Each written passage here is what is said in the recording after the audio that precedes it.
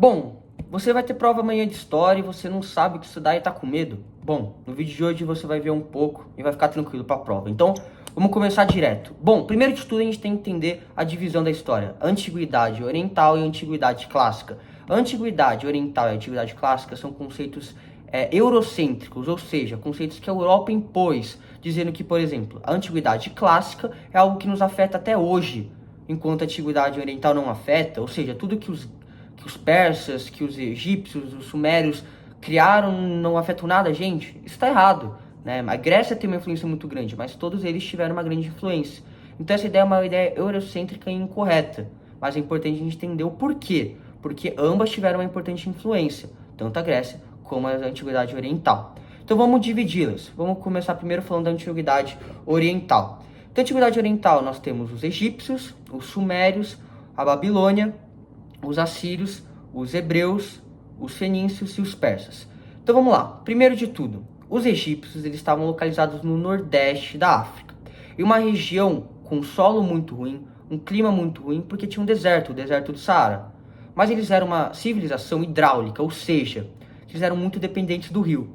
Porque o rio, nos períodos de seca e nos períodos de enchente, auxiliavam muito na economia, auxiliavam no transporte, auxiliavam no comércio. Então o rio Nilo era muito importante para o Egito. Então eles desempenharam uma série de conhecimentos para poder administrar o rio. Então, por exemplo, diques, canais, irrigação, saber quando vai ser cheia, quando vai ser seca, para eles poderem administrar o rio e assim poder usar ao favor deles. Então, utilizando o rio a favor deles, eles conseguiam, né, se desenvolver. Desenvolvendo, eles aumentaram a agricultura, aumentando o maior número de produção e assim dando início ao comércio. Mas aí, algo teve que vir para poder administrar, né, esse comércio, essa civilização que estava se formando, dando início à hierarquia. Então, a hierarquia e o poder é um poder centralizado, ou seja, um ser comanda os poderes. No caso, é o faraó. E além disso, ele é teocrático, ou seja, quem está no topo são aqueles mais próximos de Deus.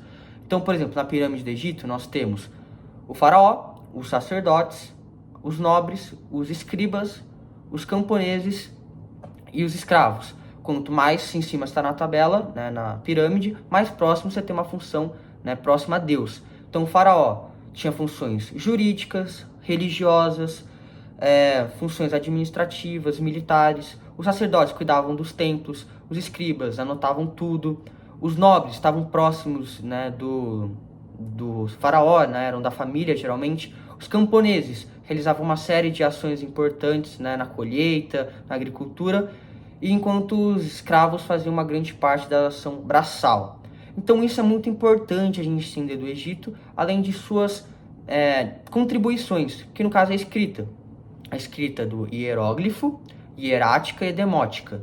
O hieróglifo é mais formal, é mais para elite, né? E também mostrava ideias, sílabas, palavras, enquanto a hierática era mais uma escrita comercial e a demótica, né, que era mais popular, assim dizendo, né? Então era mais o povo que utilizava.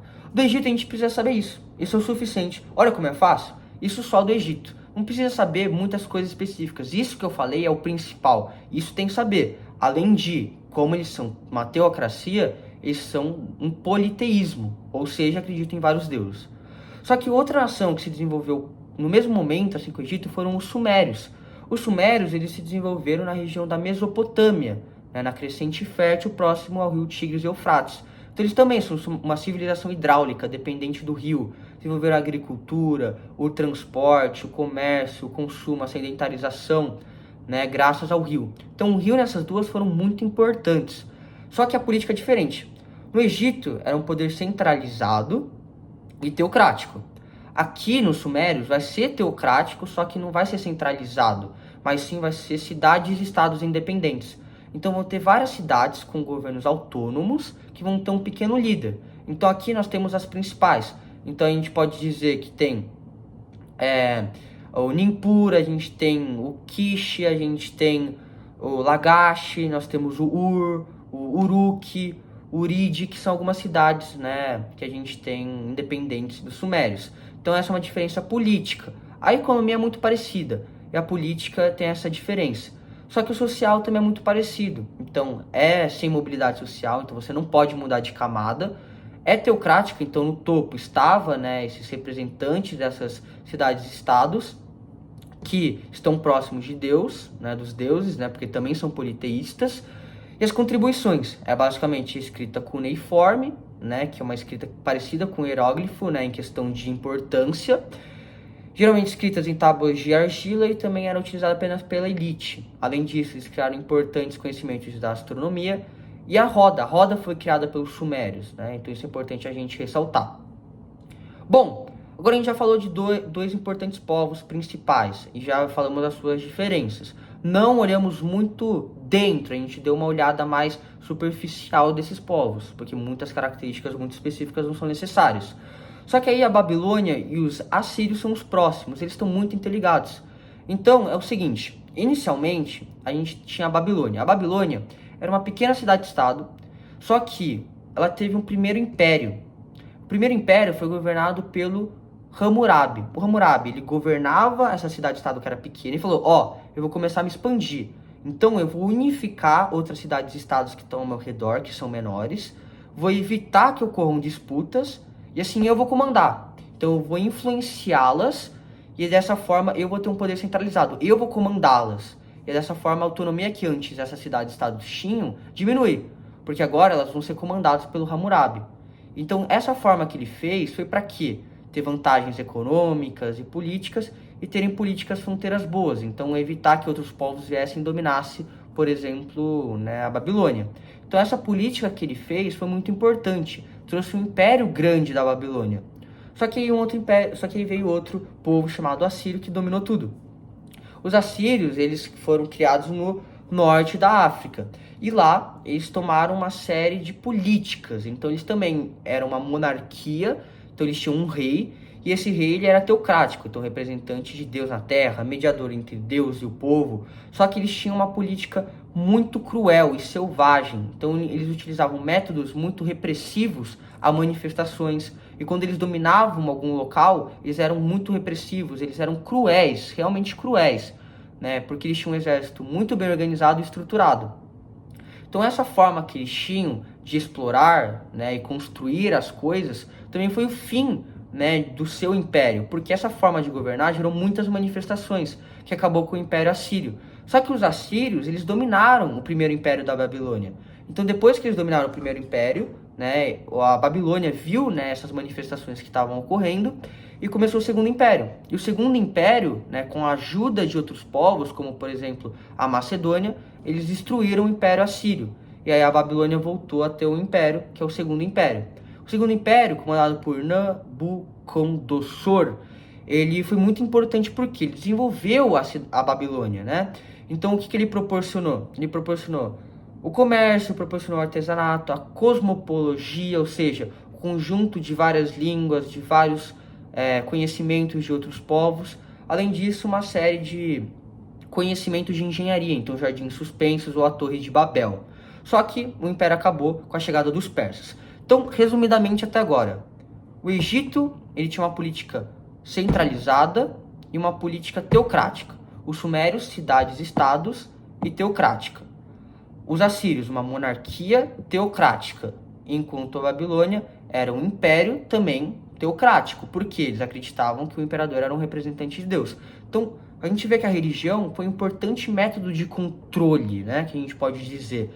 Então, essa é uma semelhança entre eles. A economia é muito parecida, né, então a agricultura, o comércio, o transporte, muito parecido. A religião, politeísta, enquanto eles trouxeram algumas importâncias, né? Então, o Egito, no caso, os hieróglifos, os sumérios, a escrita cuneiforme, os assírios trouxeram também essa política importante, né, bem cruel e selvagem, e os babilônios essa ideia, né, de expandir e também essa ideia de, no Segundo Império, né, de importantes estruturas, como o Jardim Suspenso e a Torre de Babel. Perfeito. Só que aí a gente tem outros povos importantes, que são os hebreus, os fenícios e os persas. Os hebreus é o seguinte, eles tiveram 4 locais marcantes. Primeiro, eles moravam em Ur, lembra? Uma cidade-estado da Suméria, os sumérios. Depois, eles foram para a Palestina. depois para o Egito, para a Palestina de novo, e depois se fixaram, né, em Israel atualmente, né, mas onde era da Babilônia. Então em Ur, inicialmente, tinha um personagem muito importante que era Abraão. Abraão, até 1800 a.C., ele era politeísta. Só que ele recebeu uma mensagem de Deus, onde dizia que os seus descendentes teriam uma terra muito boa, seriam vários descendentes, eles viveriam em paz na terra prometida. E aí ele largou o politeísmo e começou a seguir o monoteísmo. Então o que é o monoteísmo? O monoteísmo é a chave dos hebreus, que difere ele de todos os outros povos. Então o monoteísmo, você acredita em apenas um Deus, que é no caso Javé. Você também não pode representar ele através de estátuas ou outras representações, não pode. Eles também eram salvacionistas, então eles acreditavam que no final eles seriam salvos por Deus. E também, né, acreditavam nos 10 mandamentos, que eles seguiam para que eles pudessem chegar na vida após a morte, enfim. Só que isso também já acontecia em outros povos. Então, por exemplo, na Babilônia, eles tinham o Código de Hammurabi. E o Código de Hammurabi fazia com que as pessoas seguissem algumas regras. Então, por exemplo, a ideia de olho por olho, dente por dente, certo? Então, essa forma de poder controlar a população através da religião era muito importante. E depois disso, Abraão, né, se moveu junto com seus filhos, Isaac, Jacó, José, até a Palestina, que depois ele migrou para o Egito, do Egito foi para a Palestina de novo, e da Palestina ele foi para a Babilônia. Nesse processo, a gente teve uma divisão política. Por quê? Inicialmente, a gente teve... A política era patriarcal. Então, eram 12 clãs, né, e membros desses clãs que governavam, né, e administravam tudo. Então, isso foi de Abraão até Jacó, que foi até quando eles foram para o Egito. Aí, do Egito até a Palestina, eles tiveram algo que a gente vai chamar de teocracia de tribo. Ou seja, representantes, eles iam lá, e esses representantes, eles governavam as tribos. Então, eram juízes, Josué, Moisés. E depois, né, quando eles foram para a Babilônia, virou uma monarquia. Aí tem os reis, rei Davi, rei Saul, rei Salomão. Então tiveram essas 3 divisões políticas. A economia, agricultura, pastoreira, produção, né, então cerâmica, por exemplo. Além disso, eles tinham muitos conhecimentos, né, de estruturas.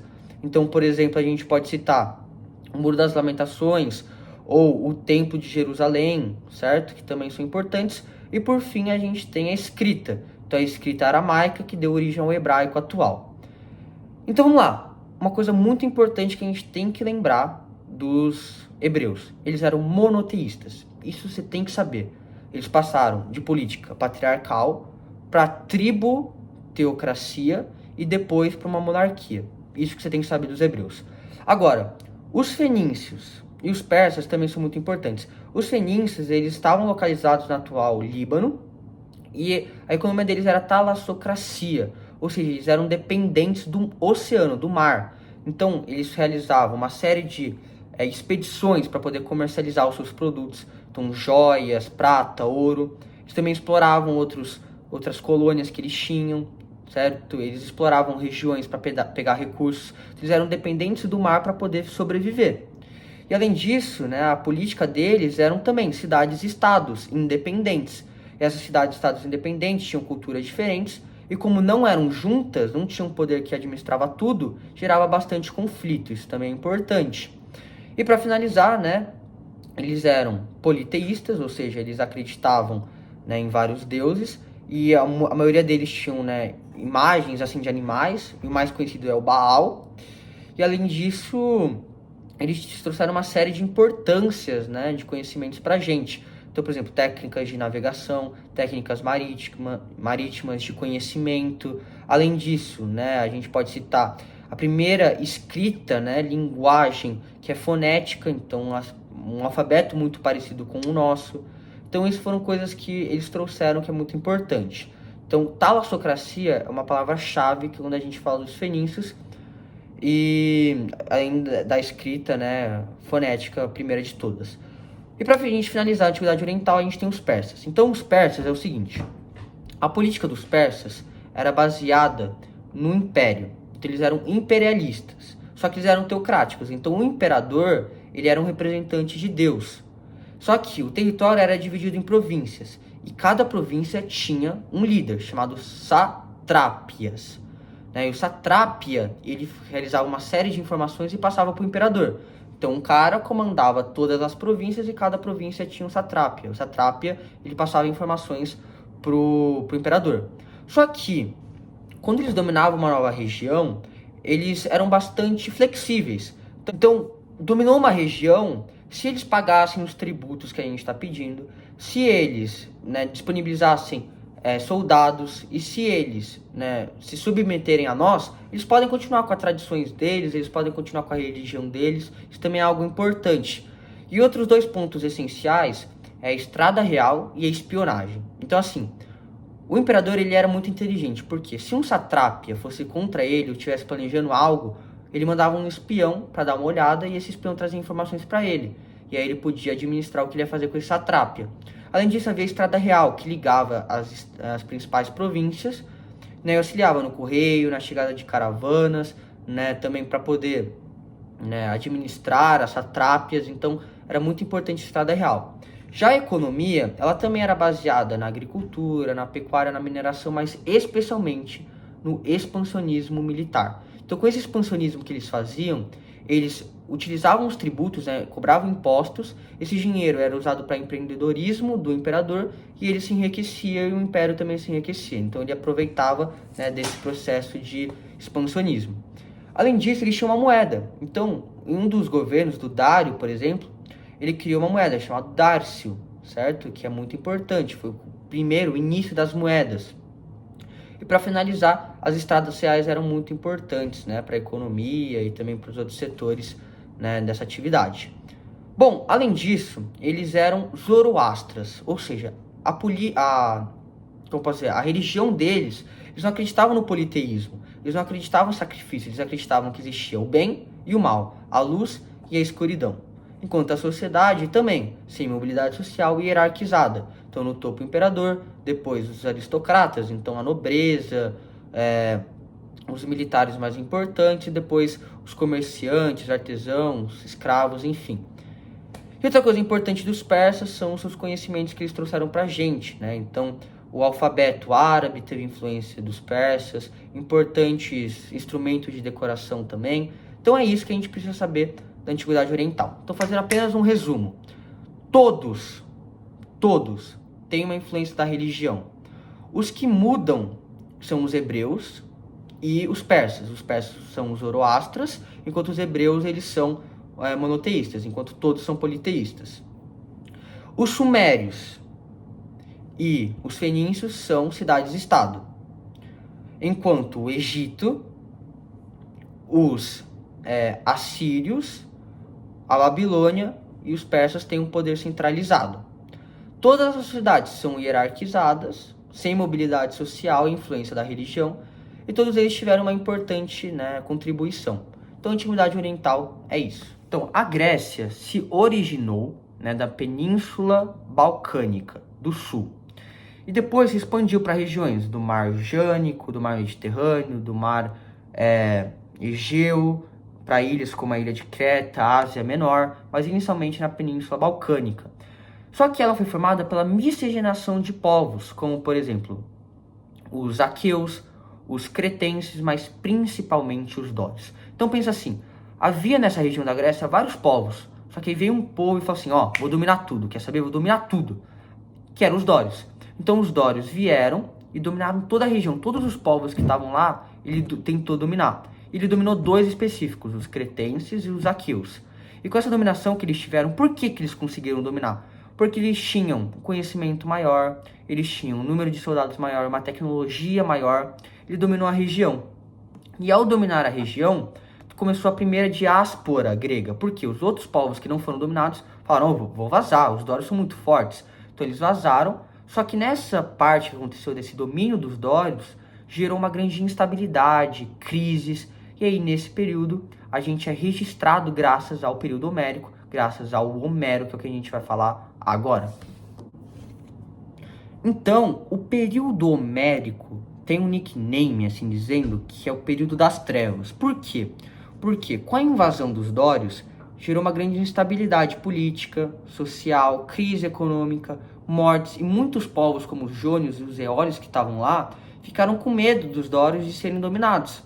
Então, a partir daí, né, com essa grande instabilidade, empobrecimento desses pequenos centros administrativos, formou uma série de problemas, por isso conhecido como período das trevas.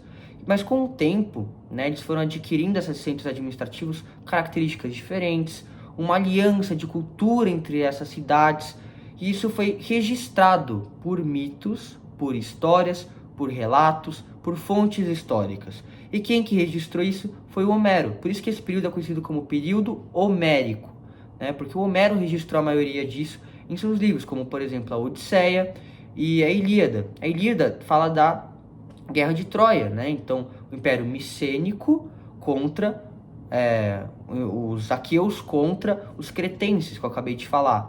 Ou a Odisseia, que conta o Ulisses voltando, né, o importante guerreiro voltando para sua local onde ele nasceu. Então, algumas coisas eram mitos, outras eram mais fontes históricas, mas o Homero, ele registrou esse período, por isso que esse período é conhecido como período homérico.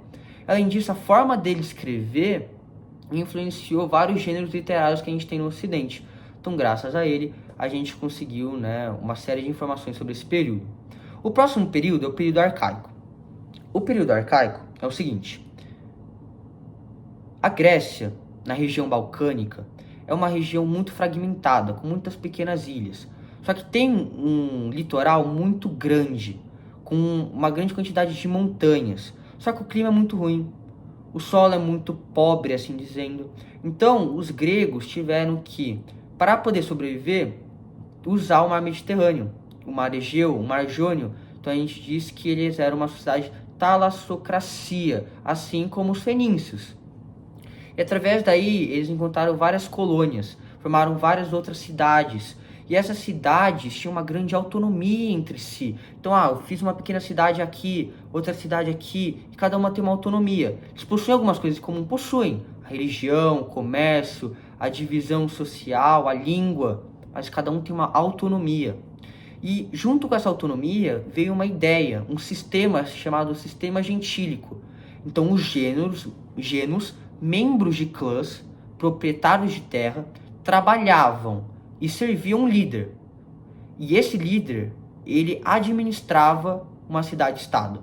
Então a gente pode dizer que o sistema gentílico, os gênos, foi o embrião da polis.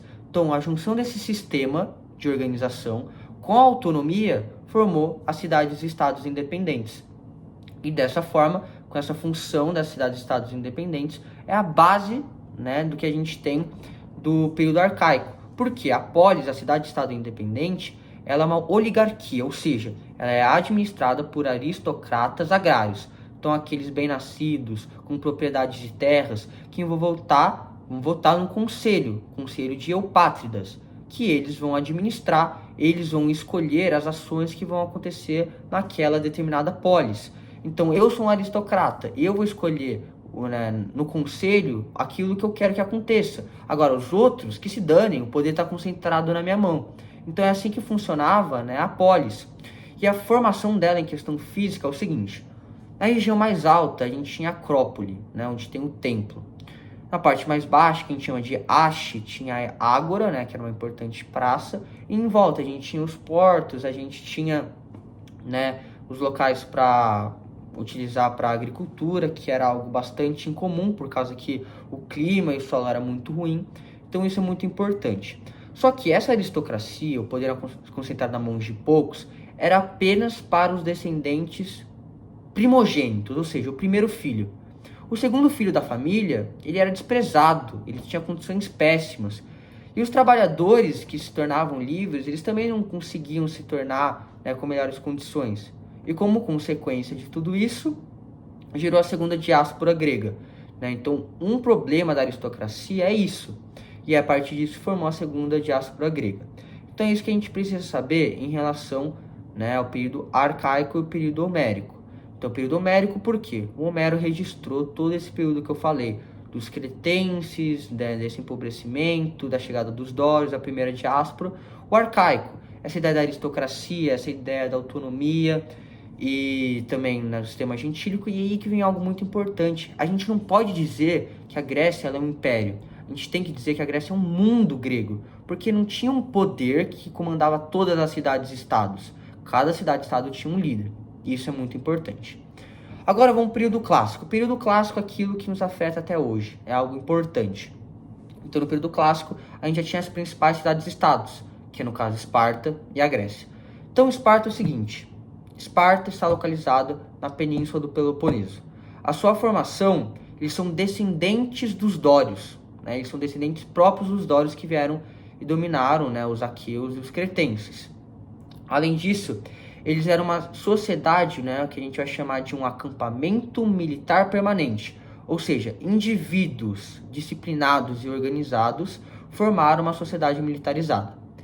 A economia, diferente de todo mundo, era agrária, porque eles tinham locais bons para agricultura, né, que tinha bastante bons locais, né, assim dizendo, locais férteis, diferente dos outros.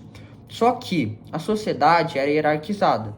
E no topo a gente tinha os espartanos, depois os piriecos e os ilotas. Então, os espartanos eram aqueles que tinham a aristocracia, eles comandavam a política, comandavam a militarização, eles escolhiam os representantes, eles também, como posso dizer, eram proprietários de terra. Então, eles eram os caras que estavam no topo, descendentes dos dórios. Bom, já os piriecos, eles eram livres, mas eles não tinham direitos políticos. Já os ilotas, eles literalmente, né, não tinham direitos políticos e nada, eles eram prisioneiros, né, muitas vezes por causa da guerra. E aí é muito importante a gente entender a educação de Esparta, né, porque os espartanos, eles tinham uma educação militarizada, ou seja, eles acreditavam que os homens, aos 7 anos, eles tinham que entrar no acampamento e saber como que é ser militares. Aos 18, entrar no exército. Aos 30, estar casado. E se tivessem vivos aos 60, eles tinham, né, eles podiam entrar num conselho de anciãos, participar da administração, né, de Esparta. As mulheres era mais cuidar da casa e dos filhos. Só que por que eles tinham, né, essa educação tão militarizada? Para evitar as manifestações dos zilotas, né? Porque como eles eram grandes, eles eram contras, um monte de coisas de Espartas, porque eles tinham menos direitos, eles faziam muitas manifestações e contra os estrangeiros em si. E além disso, essa educação era xenofóbica e também era disciplinada. Então eles tinham que seguir a regra, a lei. Eles não podiam desviar dela. Então isso era algo muito importante que eles seguiam. E para finalizar, a gente tem a política de Esparta. Então Esparta, eles acreditavam numa oligarquia. Então poder concentrado nas mãos de poucos, os aristocratas, que eram os espartanos. Então eles escolhiam, né, os representantes, né, do conselho dos anciões, chamado Jerusa, e aí eles tomavam as decisões. Então essa era a política deles. Atenas é literalmente o oposto. Atenas, ele estava localizada na região ática, e a formação eles eram descendentes dos jônios, né, localizada onde estavam os jônios antes deles fugirem dos dórios, lembra que eu falei? Então, e a economia deles era comércio marítimo, basicamente, talassocracia igual aos outros. Só que a divisão social também era hierarquizada, e inicialmente também era uma oligarquia. Então no topo ficavam os eupátridas, depois tinha os gorgóis, depois tinha os demiurgos, metecos e depois tinha os escravizados. E aí, né, inicialmente, como era uma oligarquia, os eupátridas, né, os aristocratas, aqueles que tinham o poder, eles votavam em representantes no conselho que era chamado de Eurepago. E aí, né, essas decisões que tomavam esse conselho desagradavam a grande parte da população. Então uma série de reformas foram feitas. Então a primeira reforma feita foi pelo Drácon. O Drácon, o que ele fez? Ó, tá tendo manifestação, eles não estão gostando, então a lei vai ficar mais rígida. Então pequenas coisinhas já era sentenciado à morte. Além disso, né, a escravidão se mantinha. Só que aí veio o Saron e falou assim, ó, não é bem assim. Então ele transformou as leis em mais calmas, né, menos rígidas, dividiu, né, a hierarquia pela riqueza e ele acabou com a escravidão, né, por impostos. Então, não paguei imposto, você vai virar escravo, ele acabou com isso. E também criou, né, importantes instituições para uma participação maior na política da população. Então, por exemplo, a Eclésia ou a Bulé, que foram importantes centros de decisões, que era um poder censitário. E para finalizar, né, a gente tem o Clitense, na verdade. O Clitense, ele acreditava, ele era o pai da democracia. Então ele trouxe uma ideia de que a cidade, né, de Atenas deveria ser dividida em demos, cada demo com um representante, e esse representante iria participar da assembleia e assim, né, fazer o que a necessidade do povo queria. Mas é muito importante entender que a democracia era para quem? Era só para os cidadãos. Quem eram cidadãos? Aqueles que tinham 18 anos, eram homens, mãe e pais atenienses, e além disso, eles tinham que ser ou eupátridas, ou gorgóis, ou demiurgos, sempre, tá? Senão eles não poderiam ser cidadãos e não podiam participar da política. Então quem decidiu isso foi o Péricles, que foi o último reformista, tá? Além disso, eles tinham uma educação que era bastante intelectual, uma educação que era bastante baseada em oratória para política, cosmopolita, então eles aderiam ao estrangeiro, diferente dos espartanos, que eram xenofóbicos, certo? Então essa é uma diferença muito grande entre Esparta e Atenas. Então as guerras médicas é o seguinte, médicas vem da forma como os gregos chamavam os persas, que era medos. Então a motivação é que tanto a Pérsia, tanto Atenas, né, que a guerra foi entre Pérsia e Atenas, estavam olhando para ações expansionistas. Então Atenas queria regiões da Ásia Menor, que era da Pérsia, e Pérsia queria se expandir para o Ocidente, que eram áreas que eram de Atenas, né, e da Grécia, enfim. Então essa ideia expansionista foi o principal motivo para que ocorresse a guerra. Só que o estopim foi uma das cidades-estado, chamada Mileto, ela estava muito brava com essas ações expansionistas, né, da Pérsia e declarou guerra contra a Pérsia. E aí começou a guerra. Então, na primeira guerra de todas, teve duas guerras. Na primeira guerra, a Pérsia invadiu Mileto, tomou Mileto e ainda dominou mais duas cidades-estado. Muito confiante, o rei da Pérsia, né, o imperador da Pérsia, chamado Dário, foi, né, através dos seus barcos em direção a Atenas, para que Atenas se rendesse e falasse, ó, a gente desiste. Só que Atenas descobriu isso com prontidão. Então eles se prepararam, e com a chegada, né, desse rei, né, do Dário, eles foram lá e venceram os persas. Então eles teriam ganhado a guerra, só que eles não dominaram a Pérsia, né? A Pérsia ainda continuava existente, mas eles tinham perdido a guerra.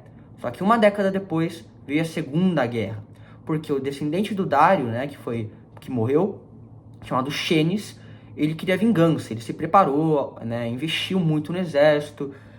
Só que aí Atenas viu que tinha um grande perigo, que eles podiam perder. E aí ela realizou uma Liga de Delos. A Liga de Delos é Atenas mais algumas cidades-estados, e juntos eles lutaram contra a Pérsia e eles venceram a Pérsia. Então com isso a gente teve um desenvolvimento, né, um aumento do poder de Atenas, né, eles pegaram algumas áreas da região da Ásia Menor da Pérsia, a Pérsia ficou mais quieta. Então, eles ganharam essa guerra. Só que aí aconteceu a guerra do Peloponeso, que foi de Esparta contra Atenas. Só que o que aconteceu? Atenas estava assim na cabeça, pô, a gente venceu a Pérsia, a gente é a cidade-estado mais importante. Eles começaram a pegar dinheiro que tinha, né, no cofre, assim dizendo, da Liga de Delos, para se fortalecer. E as cidades-estados começaram a ficar bravas. Além disso, Atenas estava com a ideia expansionista, querendo expandir cada vez mais seu território. E outras cidades-estados se sentiram ameaçadas, e a principal delas foi Esparta. E dessa forma, estourou uma guerra entre as duas. Então essa guerra teve três partes. A primeira parte foi uma guerra entre Atenas e Esparta que não levou a nada, foram apenas combates.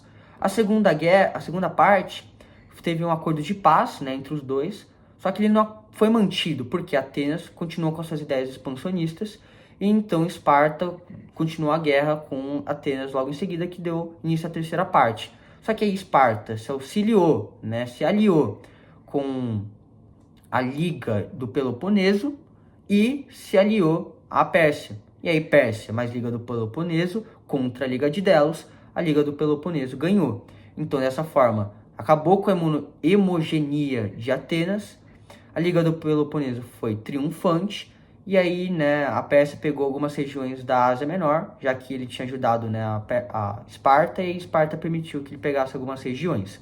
Perfeito.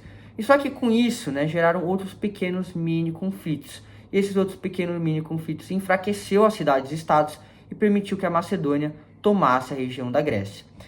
E a Macedônia era comandada pelo Filipe II. E aí começa o último período, que é o período helenístico. Então esses pequenos conflitos originados depois da Guerra do Peloponeso fez com que a Macedônia, comandada pelo Filipe II, tomasse a região da Grécia. Mas antes que o Filipe II conseguisse realizar essa ação expansionista, ele morreu. Então quem comandou foi o filho dele, Alexandre o Grande. Então Alexandre o Grande foi lá e decidiu, né, dominar uma série de cidades-estados da Grécia. E aí, com essa ação expansionista que ele teve, né, algumas cidades-estados tentaram, né, evitar que isso acontecesse, como Atenas e Tebas, mas não conseguiram. E aí, na guerra do Queroneia, ele foi lá e conseguiu dominar a Grécia. Só que em seguida, ele falou, não vou parar por aqui, eu vou atrás de mais. E aí ele foi lá e dominou o Egito, né, onde ele fez a Alexandria. Depois ele dominou, né, a Ásia Menor, através da Guerra do Isso. Depois dominou a Mesopotâmia e várias outras regiões, em várias guerras importantes. Então é muito importante a gente conectar as guerras médicas, as guerras do Peloponeso, depois ao avanço do Alexandre o Grande, porque está totalmente conectado. Só que para a gente terminar, o Alexandre o Grande, ele era um cara que adorava, né, a cultura da Grécia. Ele achava muito legal. Por quê? Ele foi educado pelo simplesmente Aristóteles. Ele era um cara helenista, a favor do cosmopolitismo, e ele também queria ser o salvador dos povos. Ou seja, toda vez que ele dominava, sei lá, uma região como o Egito, ele não ia desprezar o conhecimento do Egito. Ele ia juntar o conhecimento do Egito com o que ele já tinha. Então ele dominou a Grécia e ele foi para a Mesopotâmia, ele fundia os conhecimentos da Grécia com os conhecimentos da Mesopotâmia. Depois foi para o Egito, juntava do Egito. Depois para a Ásia Menor, juntava o conhecimento da Ásia Menor. Então ele gerou um aglomerado de conhecimentos, que a gente diz que é cosmopologia. Só que ele sempre preservava a Grécia, que é o helenismo. Então o helenismo, mais essa ideia cosmopolita, formava a ideia do que ele pensava quando ele dominava uma região. Só que, toda vez que ele ia para algum local e dominava, ele se apresentava como salvador, não como destruidor. Então ele se aproximava do povo, então muitas pessoas gostavam dele. Então era isso que o Alexandre o Grande buscava, isso é o helenismo, a junção, né, a fusão, né, de todos esses conhecimentos. Só que, como consequência, esses conhecimentos foram passados para a próxima geração. Esse racionalismo, né, que a gente tem da Grécia foi fundamental para o pensamento que a gente tem ocidental. E para a gente finalizar, depois, né, que morreu Alexandre o Grande, as regiões que ele dominou foi dividida entre 4 generais que ele tinha. Só que essa divisão gerou grande instabilidade política. E depois, né, o Império Romano veio e dominou, né, toda a região. É isso. Valeu!